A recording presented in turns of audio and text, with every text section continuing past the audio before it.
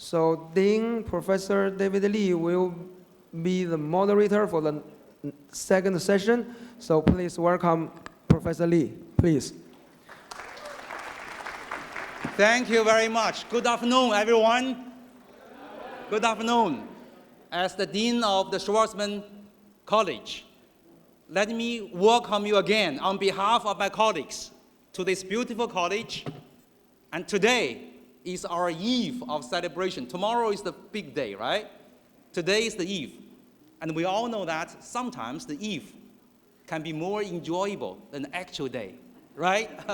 So before we start the second panel, let me indulge in the spirit of holiday by acknowledge many of the participants who are here.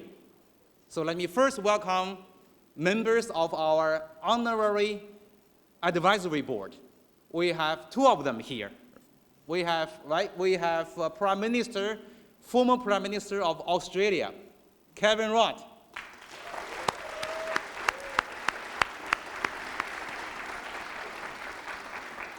And we have, I thought that we have another honorary member of our John Hood, yes, definitely, who will be joining us in our panel from Oxford. John Hood, a member of our honorary advisory board. From the Academic Advisory Council, we have many of them. Please stand up. Can we stand up? All of them.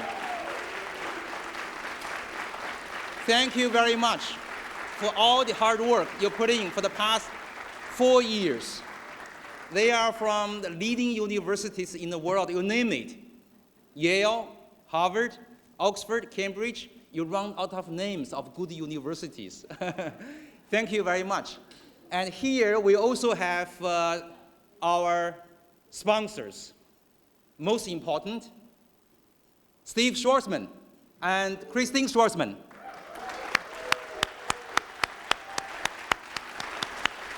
It's not only our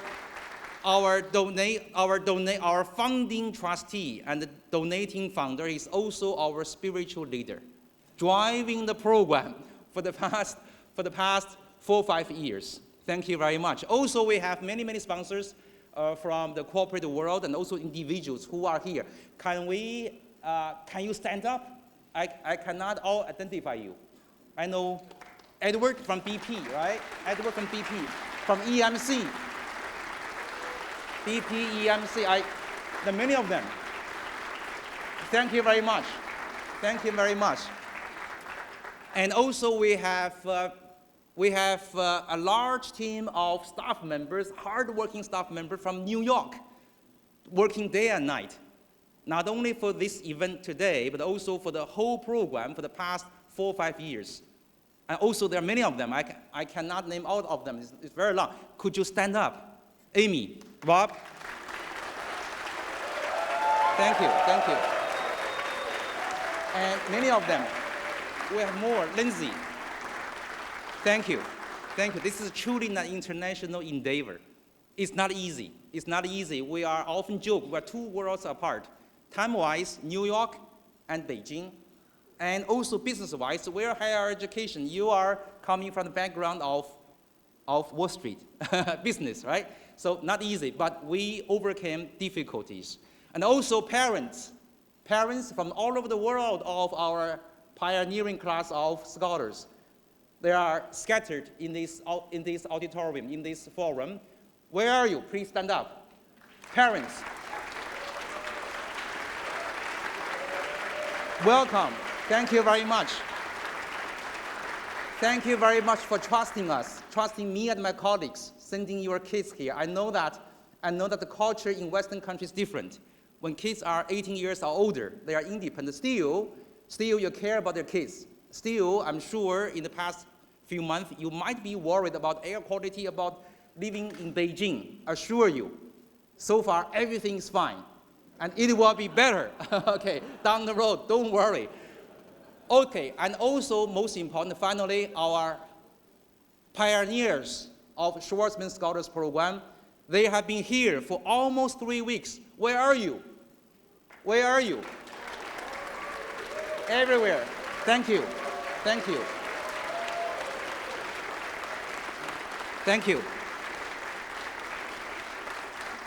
We, the staff members, have been dreaming about this many times in our dreams. But when you actually appear, I tell you, you are more beautiful than our dreams. Thank you. Thank you very much. Now, today we have important, interesting agenda here.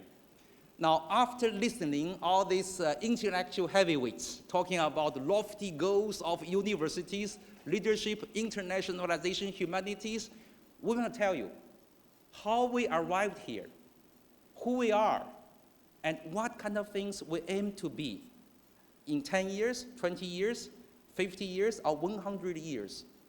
That's the mission, that's the agenda of our second panel. Now, two names stand out, right? We'll talk about this. One, of course, is Schwarzman, Steve Schwarzman, right, who has been our spiritual leader, driving this program for the past years.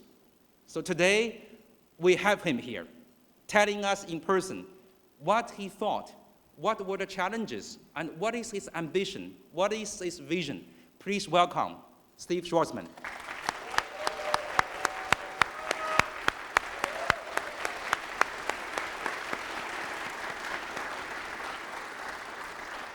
And also, another name is also extremely important. The name is Rhodes, Cecil John Rhodes.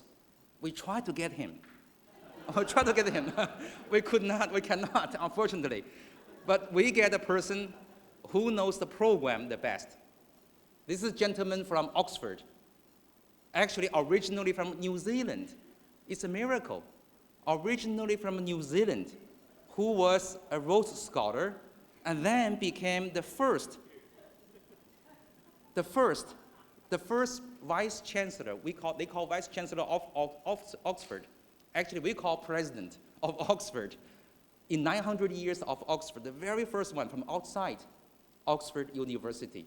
And then today, he holds the position of the chairman of the trustee of the Rhodes Scholars Program. John Hood, please welcome John Hood.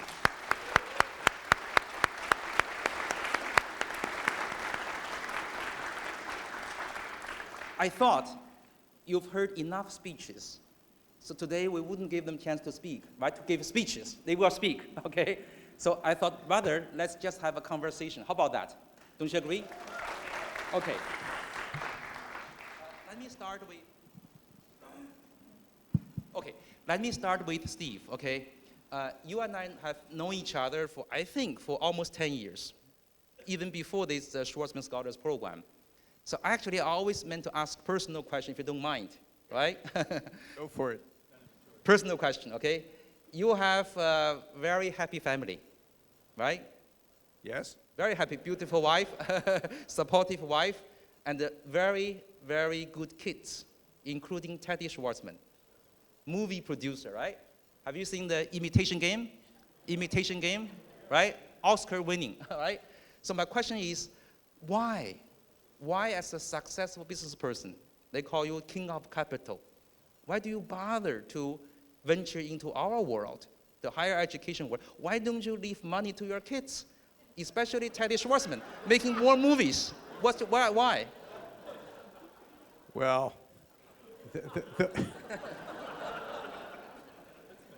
there'll be enough to go around. Is Teddy here? Is Teddy Schwarzman here? Is he here? Yes, he's over there with my daughter, Zibby. Zibby, why don't you stand up? And Ted's, why don't you stand up? Please stand up. Go on. Welcome. Thank you. So why did I do this, and why didn't I just sit around and do nothing? Well, the answer is I don't like sitting around and doing nothing.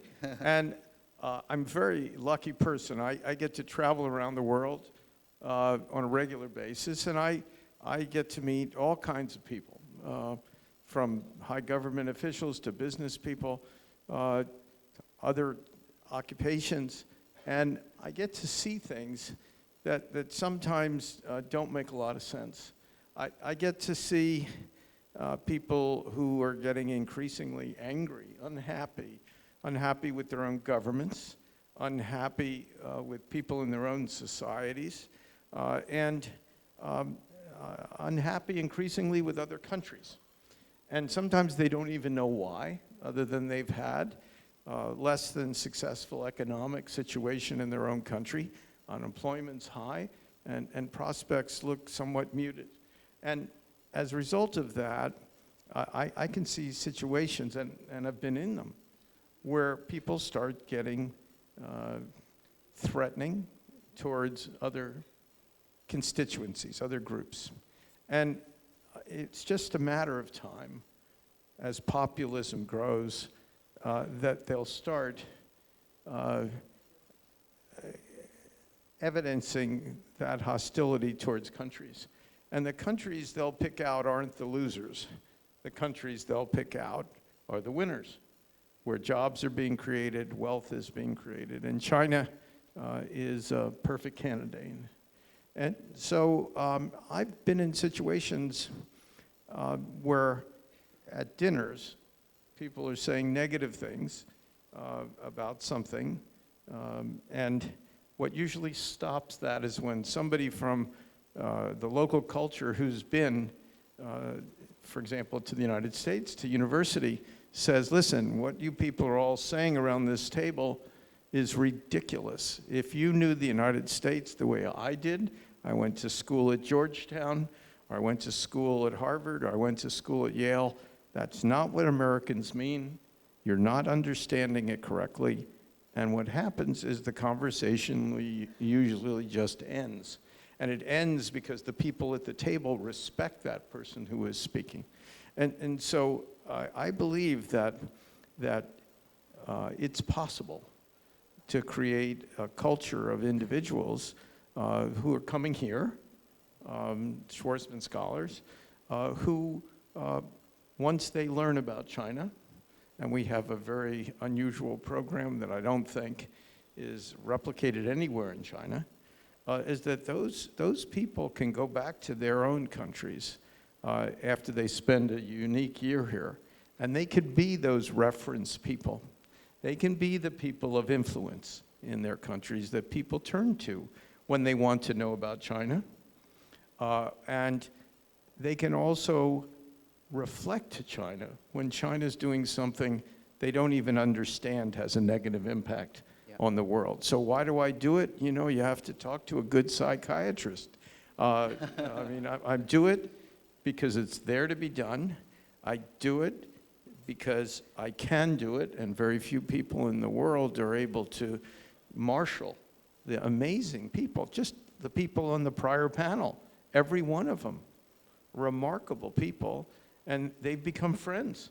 And the people on all of our boards have become friends. And John has become a great friend who I enormously respect. So for me, and I actually will finish this answer, that it's a privilege for me to do this. And it's an enormous growth experience that sort of chose me somehow to be the vessel to do this, and it's enriched my life.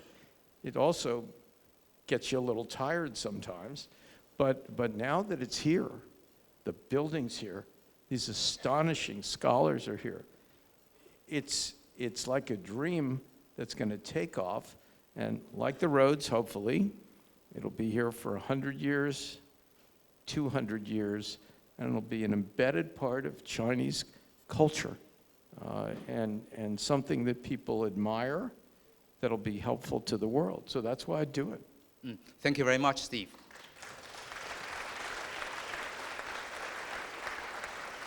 Very quick follow-up question, right? These are wonderful, wonderful presidents from Yale, right? Cambridge, right? They were after you, must be, for your contribution. Why didn't you give them money? Setting up fellowship program, travel to China. Why Tsinghua? Well, what I'd say is that, okay. is that Peter Solivay may already have been fed. We're doing a new, giant Schwarzman Center at Yale, which will be for all the students where they can eat. We'll have remarkable cultural events and performances. We even found out in this giant old building that they had a basement there that was the same size, surprise, surprise, as what was on top of it. They actually had another 2 floors of buildings that nobody ever used. And so that's an amazing project. And we're going to have a great time with that, and it's going to change the way the university operates. It's going to have both Harvard and Yale, and I think Oxford and Cambridge really don't have a central area. They have separate facilities that are called colleges that grew up over many years. And so the students at those universities have amazing experiences. I've been lucky enough to go to 2 of them, and I visited the other 2, which are perhaps more beautiful. But there's no central core. And at Yale, we're going to form that central core for graduate students, undergraduates, kids from all the colleges. And so Peter's doing pretty well. He doesn't need any encouragement. Now, Boris is still looking, so what can I say? Wonderful, thank you. Now, move on to Sir John, okay. Cecil John Rhodes, very famous. We know him today through the Rhodes Scholars Program. Rhodes. I'm sorry. Okay, let me go slow. Apologize for my accent, okay? Let me go slow. Cecil John Rhodes, right? We know him today for his fellowship. What did he do? How much money did he have? What was his ambition? Can you describe us? How rich was he? Was he the Schwarzman of his age? Well, let me start at the back end of your question, because we've heard Steve eloquently speak about the vision and the passion and the attention to detail that he has put into creating this extraordinary facility and to bringing these 110 students and the associated faculty to this one place, this great university, Tsinghua. But think about that for a minute or two. It's easy to walk into this magnificent setting and to take it for granted. But 5 years ago, it may not have even been other than just the spark of an idea in Steve's head. The spark of an idea of a man living half a world away in the middle of New York, who took it upon himself to figure out how to create what will become one of the great scholarship programs of the world. Half a world away, in China, in a completely different culture, with a completely different set of governance standards around the country and around the institution. And here we are today. Steve, on behalf of my colleagues at Rhodes, we congratulate you, and I think everyone here must have a sense for what an extraordinary feat this is, to have created this college with this university in this country. Congratulations.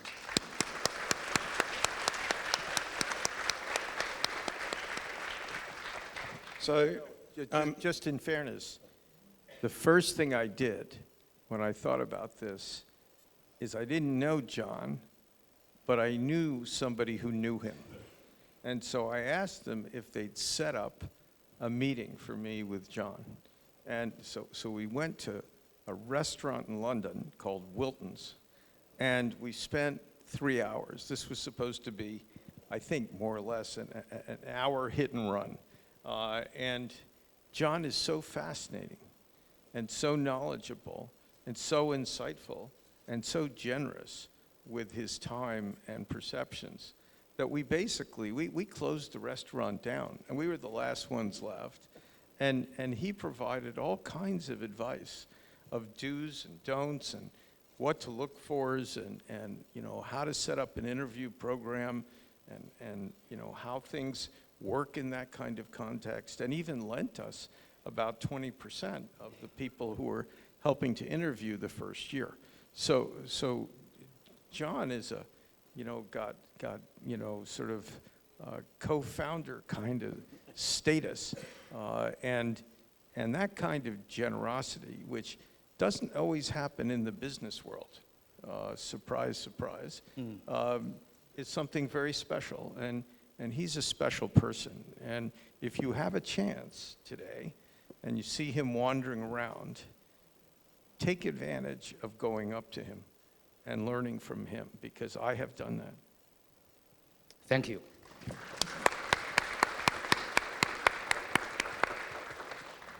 Thank you, Steve. Back to Cecil John Rhodes. Look, I won't rehearse all of Rhodes' history, and many of you will be aware of aspects of Rhodes' life and his association with the University of Oxford. Needless to say, he was a student at Oxford before he went off on his African venture. And in Africa, he became both a political leader and a leading industrialist. He wasn't uncontroversial, as many of you will know. But he had this idea that in Oxford in those days, there was something special as a convening point for the young of the world. And his idea was that he would like to be able to set up a program which would bring the most talented intellectually, in terms of personality, values, in terms of leadership potential, to Oxford from the British Empire and from the powers of the world at that time, whom he judged to be the United States of America and Germany and the United Kingdom.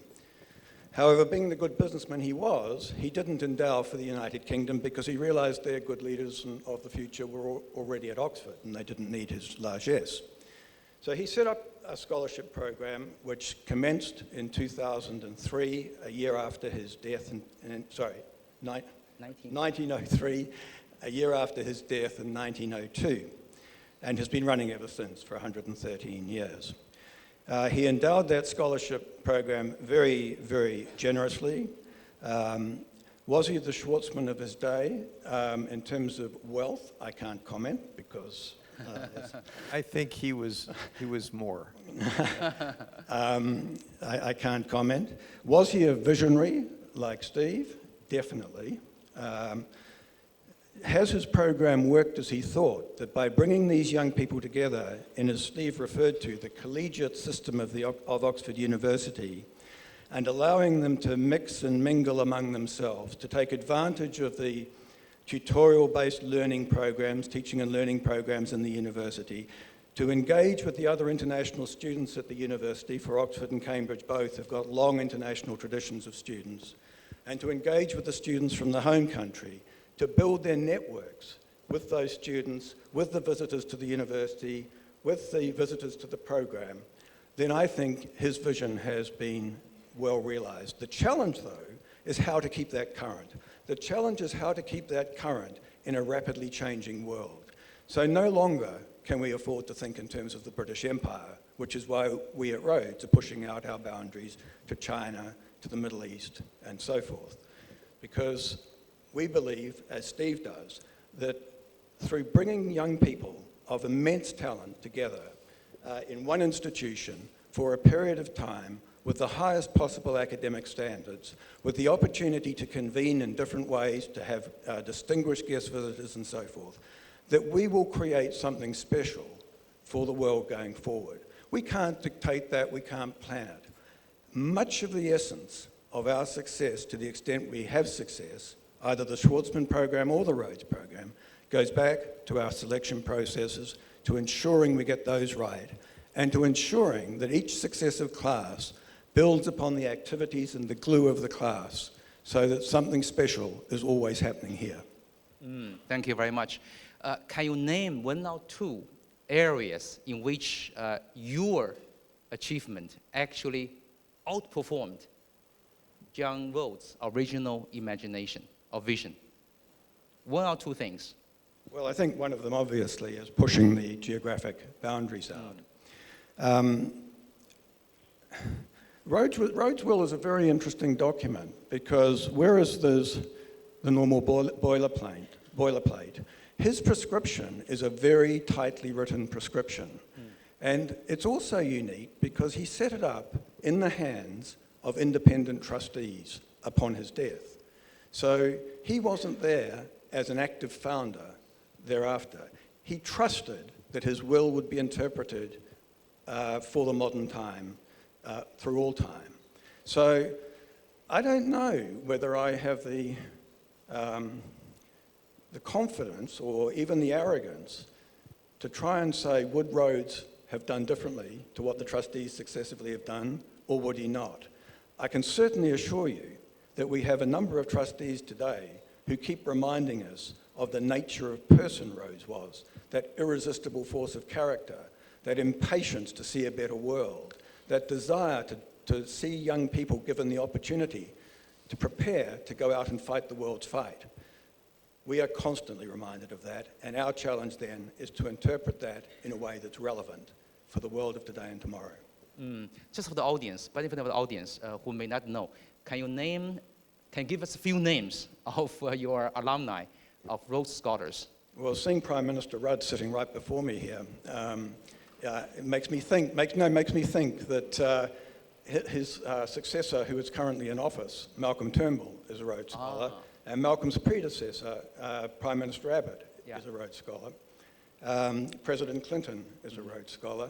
And I could go on and on. Nobel laureate Spence. I mean, we could go on and on with names like this. But as you will be doing as the years roll forward, you'll have this extraordinary roll of honour. But I want to make a point about that because while many of our scholars go on and do remarkable things and are acknowledged internationally and even domestically for the things they do, there are many, many others who go out there and fight the world's fight in a humble, courageous, thoughtful way, who don't make the headlines. And they are equally as important to the world as those who do make the headlines. There are deeply moving stories of Rhodes Scholars that gradually eke out of the substructure, who just do such thrilling things to enhance the societies they're in, to enhance the world condition, to enhance the way we think about the world and understand the world if they're in the academic arena, and so forth. We should celebrate them equally. Thank you.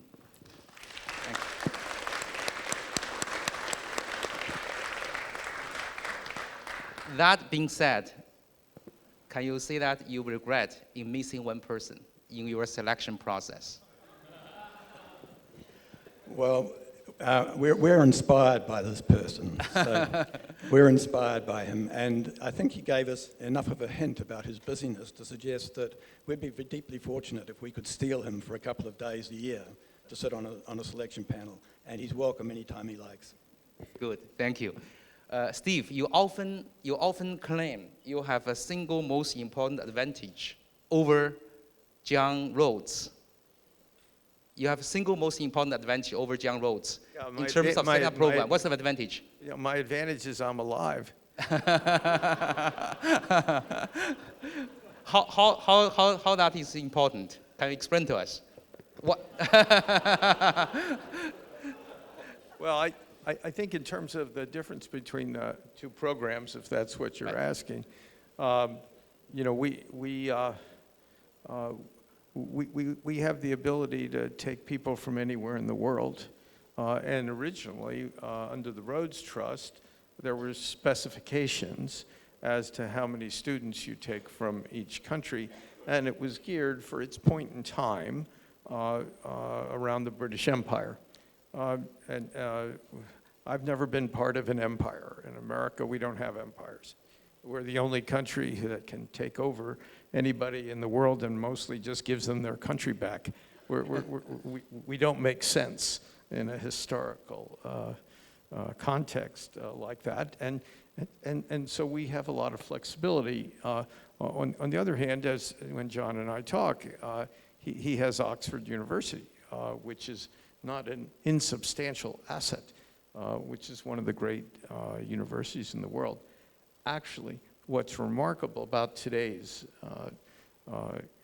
mini convocation is we have the heads or former heads of Oxford and Cambridge and Yale, 3 of the top 10 universities in the world, here today, half a world away from where they are. So we have some flexibility that isn't embedded in the Rhodes program, but the Rhodes program is adapting itself, and now taking some students from the Middle East. They're taking a few students from China, and so I think that's an intelligent thing to do. We're doing at the Schwarzman Scholars, we're doing some joint stuff with the Rhodes, and so we have a joint leadership module that we're going to do, and I guess we're going to sort of move it from Oxford to Chenhua from year to year, and we've worked that out, and so I think that's exciting, so that people aren't just here and they can learn more. What are the most important things the Schwarzman Scholars Program can learn from the Rhodes Scholars Program? And vice versa, I will ask Sir John later on. Maybe you go first. Well, I think the greatest similarities are the two sort of foundational ideas.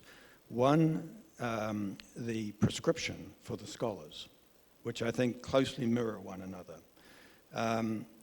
And two, that the idea that the scholarship should be held at one place and that there should be developed among the scholars a very special set of relationships. I think those things are incredibly similar.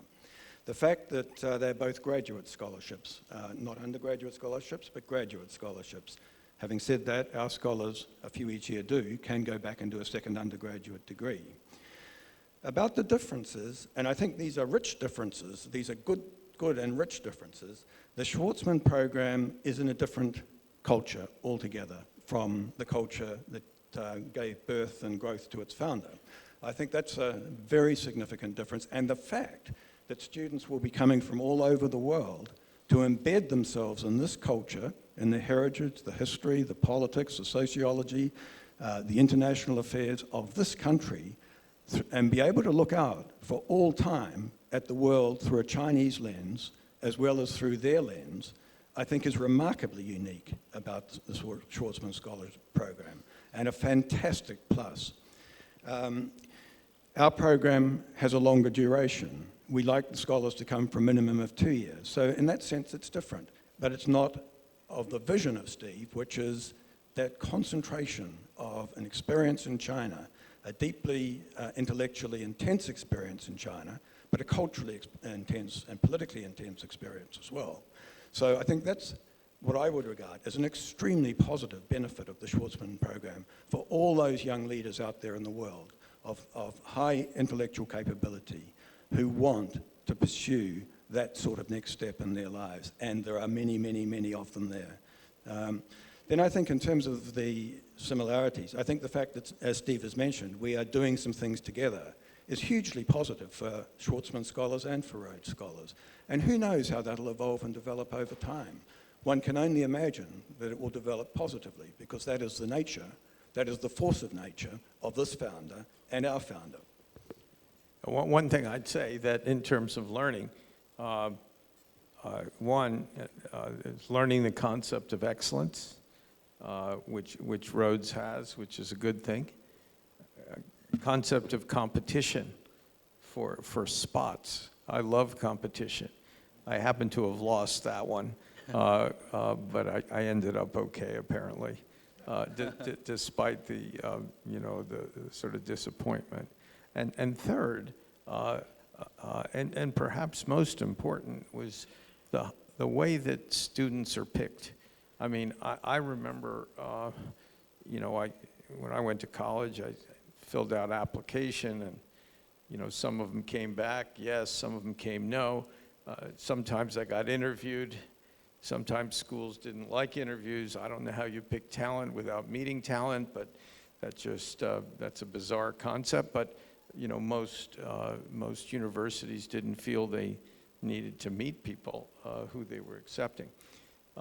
One thing about the Rhodes that's very special is the way they interview people, and we tried to appropriate it almost completely, because as the scholars know, because they went through the system, we usually have a panel of 5 or 6 people interviewing one candidate. So you walk in a room, and there are roughly 6 grown-ups. And one of the things that the Rhodes does that I love and that we do is they're all just not one type of background for interviewing. It's not just academics, although we have academics and the presidents of a number of universities. We have very successful business people. We have government people, people like General Petraeus, for example, who ran the CIA. We have journalists like Lionel Barber, who is editor of the Financial Times. We have the publisher of the Wall Street Journal. I like journalists because they're used to interviewing people for a living, and they could typically figure out who's smart and who's a convincing imposter. And if you pick people who are used to picking people for a living to be successful and monitor their own picks, like we all do in the business world, then if you get people like that interviewing, and the interviews, as the scholars will tell you, are not hostile. I try and meet each one of them before, and I tell them it's like we have a journalist in the United States named Charlie Rose, and Charlie has a round table, and he just has a conversation with you, non-threatening, curious, just wants to know what you want to know, and that's all we want to know in an interview. The interviewers all read your folder. They know all about you. You don't have to tell them how wonderful you are because they can read it. What they want to do is experience you. How does your mind work? What do you like? Do you have that spark that makes you different than other people with the same folder? And that's the Rhode system which we've adopted, and it's a great system. And look what it's brought. There's remarkable people in this room, truly remarkable people. And that system brought it to them. The floor will be open very soon. Prepare your questions, okay? One quick question for Steve before we go to the audience, right? Can you describe for us in 20 years, when both of us will be alive, right? When our scholars will be in their prime of their career, what's your dream for our scholars to become? Let's try to be specific, Hollywood style, graphic, pictures, right? Don't just go concepts. Who you want them to be, as specific as possible, Hollywood style, Teddy Schwarzman style. Please. Ted, you want to handle this question? You want? I think in 20 years, the scholars won't necessarily just be in their prime. They'll be gaining enormous momentum. I think, we'll definitely have, some aspiring or contesting potential world leaders. We'll have people who are in the political world, in the U.S. context, either House or Senate members. We'll have people who are in departments, whether they're State Department or foreign ministries. We'll have very successful business people.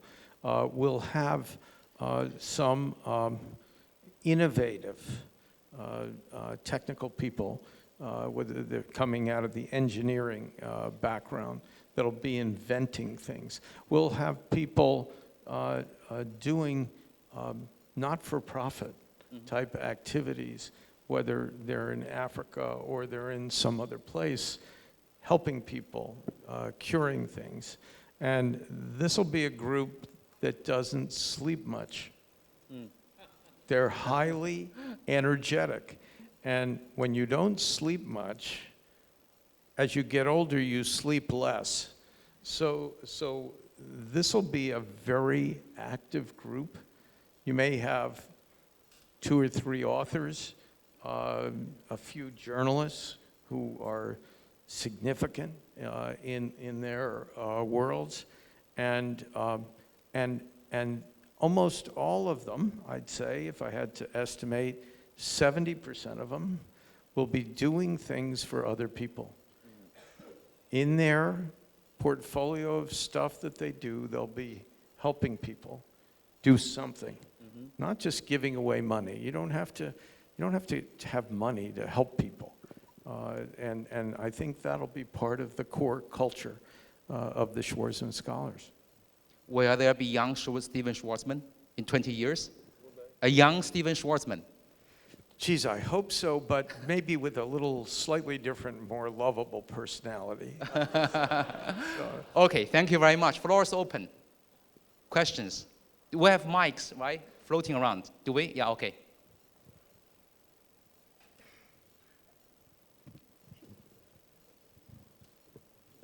Over there, our scholars. Please identify yourself. Hi, I'm Sean from Tanzania and China. My question is for Mr. Schwarzman. I wanted to ask, which CEO in the world do you most admire and why? Who do I admire? Yes, which CEO? Ah.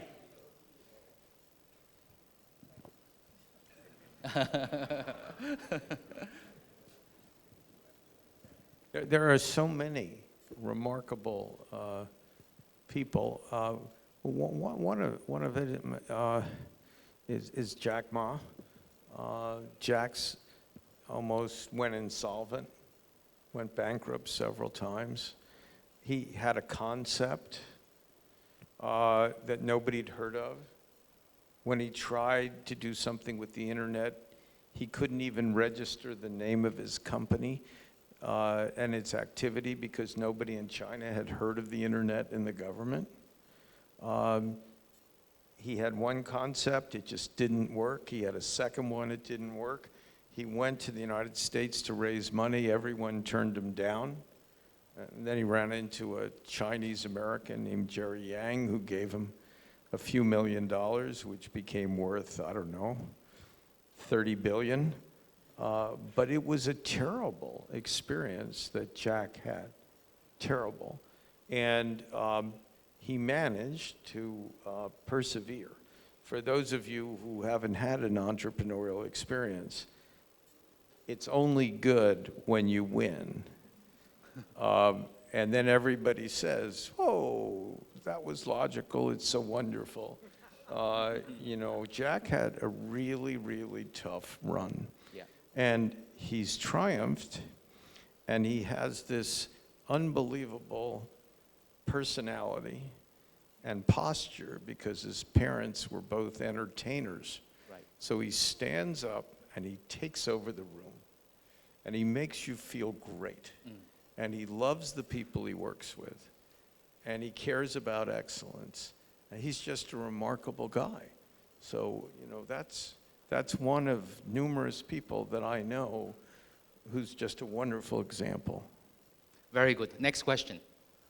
Oh, from our AAC member, our Louis. I'm Louis Goodman from the Academic Advisory Council. And Steve, this has been a remarkable experience. You've done something quite extraordinary here. But we know there are many, many other extraordinary individuals that could have come to programs like this, perhaps located in other countries. How could you encourage someone to have a program like this, for example, at the University of the Andes in Bogota, Colombia, or at Sciences Po in France? How could you encourage more people to do what you've done? I think if the question, Lou, was how do you encourage people to do these things, you actually only encourage people to do anything if they have a unique vision. They see some unmet need. Just starting another program because you're bored in life is the wrong way to go. You always need what I call a unique fantasy. Something you can do that nobody else sees, that's achievable. And most other people don't think new things really are achievable. They're scared to fail. And you just have to think about them and be convinced that you're doing something that's unbelievably worthwhile, that really needs to be done. And then whether you're at the University of Kansas or, you know, you're at Kutztown State, or you're at Harvard, or, you know, you do them, you go for them. And encouraging people to go for new things is important, but it's got to be a vision that's worth spending your life in, because all of us only have limited amounts of time in our real lives and life. So if you're going to do something, it better be huge and a winner and consequential. Sir John, any quick thoughts on this question? The only thing I would say is that philanthropy, in my experience, is an intensely personal thing. And so not only do you need the vision, but you need that personal commitment to seeing that vision realized. And there are a lot of philanthropists in this world who are very happy to be generous to everything from their old institution to social causes and so forth. But there are relatively few philanthropists who are active in the sense of having a vision and then putting their philanthropy behind it and managing that in intimate detail through to conclusion. So on your Sciences Po example, it's possible, but it would probably require, it may not, but it could probably require the president of Sciences Po to have the vision and then to go out and find the philanthropist with the passion, it seems to me. Thank you. Next question. Oh. Juliana. Hello, Juliana Batista, one of the 110 Schwarzman Scholars. With the advent of technology replacing some traditional living learning environments, why is it so important for Schwarzman Scholars and the Rhodes Trust to continue to exist in the future? That's a great question. It's sort of, I guess, the same that your computer can't yet do your laundry. There's only certain things that computers and technology can do. And I don't know if you've ever tried to date a computer. It's a little hard. You usually need to, you know, sort of be with somebody. And so, you know, there's a need, and there's something special that happens when people spend time together, and they're not on a screen, they're in person, and the interactions go on over long periods of time, and there's a magic with that, with human beings, and that magic happens. Now, one of the things that's quite fascinating now is that you can use technology to help those interactions. So as you know from, I guess it was last week or the week before, we set up an hour talk with George W. Bush, former president of the United States, where each of the scholars had a question, and you'd stand up, and I was hiding on my iPad. You couldn't see me. I didn't want to be part of it. And everybody asked a question, and George just like talked away. He was very direct. He was candid. He was funny. And you got a feel of somebody you never would have met. So that's the advantage of technology. But you did it in the context of a group activity, which was also important, that can't be replicated. So the world we're living in needs both types of ways of interacting. I agree with everything Steve said. As a New Zealander, one has the experience of growing up with the indigenous people of the land, the Māori.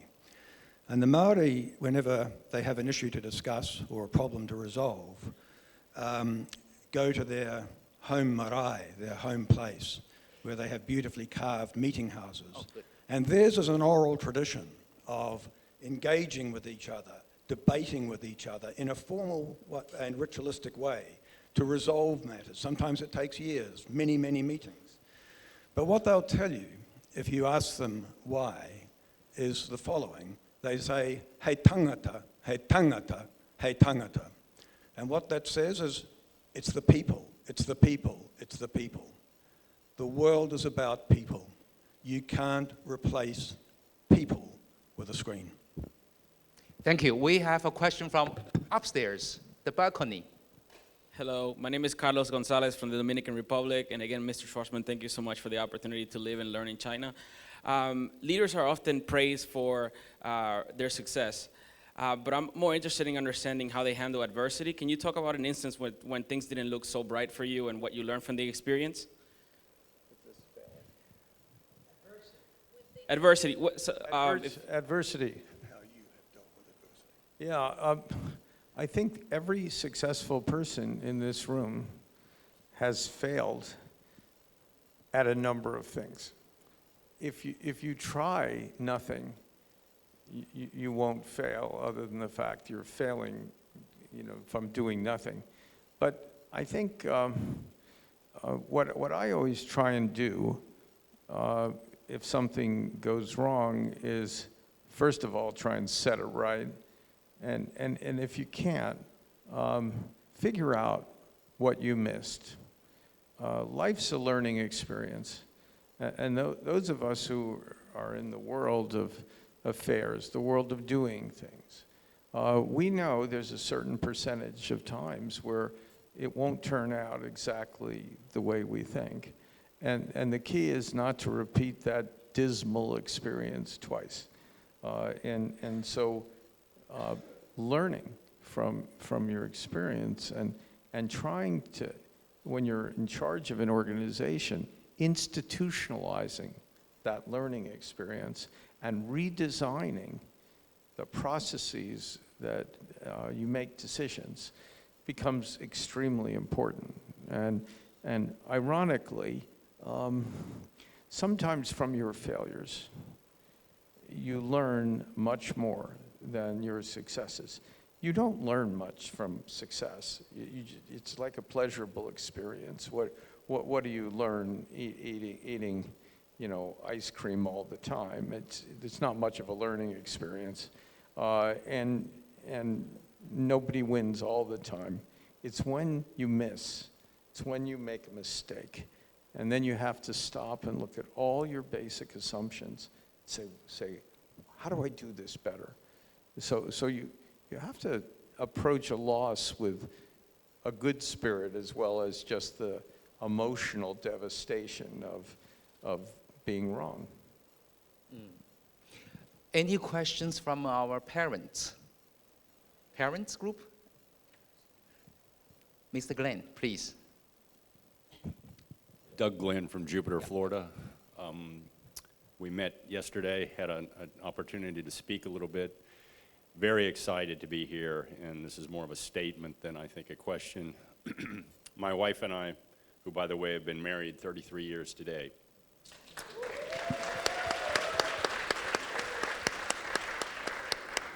we've always taught our children, Danny and his older sister Ashley, that you can be successful in life, but to be great in life, you have to use your God-given talents and influences to help others.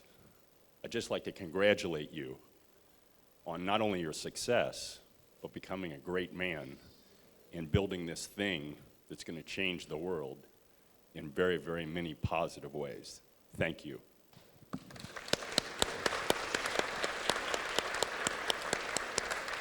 Thank you very much, Mr. Glenn. Thank you very much. One question from our scholars or from other AAC members?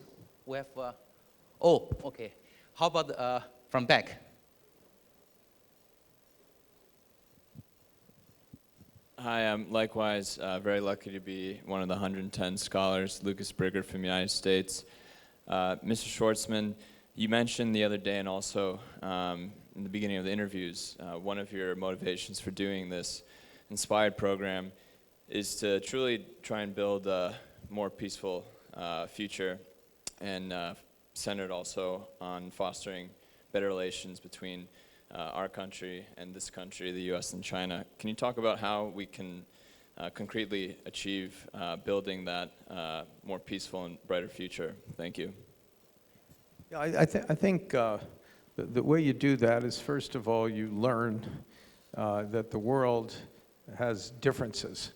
And everyone in every culture always ends up thinking they're right.